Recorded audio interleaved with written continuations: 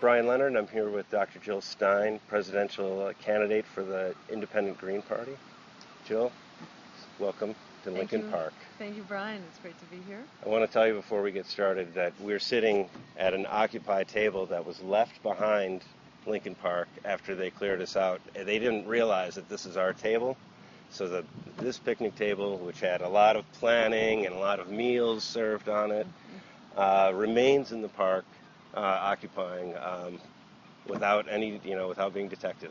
I just love that about this table. So Occupy lives on. Yes. Welcome.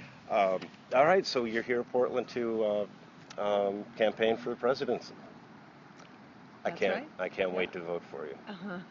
Thank you. But as a student, I'm going to ask you a couple questions about student debt first. Great. As a student, I'm acquiring debt by the semester, and also it's debt that I'm not sure that I'll ever pay off. I hope to get a high-paying job someday, and I hope to pay it off. But I think me and many others will just look at their debt and kind of hide from it. They're a little bit afraid to even know how much it is. If you ask any typical student, they'll be like, I have no idea how much I owe. And so, with that spiraling out of control, obviously over the 1 trillion mark back in the spring, where do you see any answer towards this problem? I mean, should we go towards a forgiveness, half forgiveness? Is there a way around this? Is universal education a possibility? In my view, it is a human right that we have a right to be educated. It's essential to have economic security for the younger generation, and it's essential for our economy to have a breath of new life come into the economy every generation. And if our students are effectively indentured servants, they can never bring that breath of new life into the economy to renew it every generation.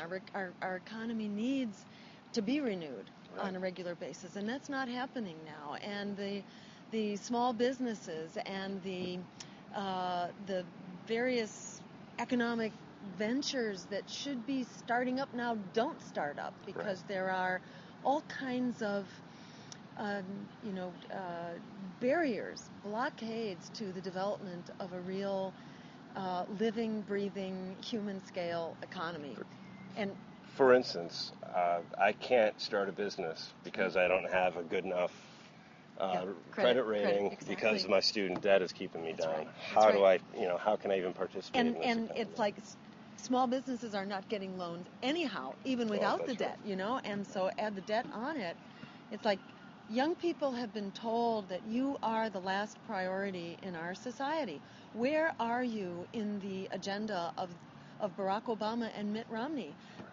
All they have said about students basically is that they will stay the course on devastating student debt. Well, thanks a lot. Keep a generation in indentured servitude. That's not okay. Yet we know from history that we can put an end to this problem, and I'll get to that in just a minute, but I want to make one more point, which is that throughout the 20th century, we considered a high school education a right. It was a right. A free public high school education was guaranteed. Didn't cost you anything. And the reason for that was that it was considered essential in the 20th century to have a high school degree. In the 21st century, you've got to have a college degree. So it's only just and appropriate that society provide that jump start for the younger generation. Further, if you look back to the GI Bill after World War II, where we paid for the college education of returning GIs, we kept careful track of how much money was being spent and what was the effect of that. And to make a long story short, for every dollar that we, the taxpayers, put into public higher education, $7 was returned to the economy in benefits, economic benefits of all kinds, including more than enough dollars that were paid back in tax revenues to more than pay for the cost of that public higher Right. education. So, number one, it pays for itself. Right. Number two, it's the right thing to do. Number three, we bailed out the Wall Street predators Right. who created this crash, who created this economic problem because of their waste, fraud, and abuse. Right. We bailed them out to the tune of $4.5 trillion if you're counting dollars dispersed. Right. But it was actually another $16 trillion in free loans, which also cost us money as taxpayers. So that's a lot of money, and it's way more than the cost of bailing out students. So if we bailed out the crooks who Right. got us into this mess, how about we bail out the victims of that mess who we need Right. on the job and freed up to be really the lifeblood of this economy? All of us benefit. Absolutely.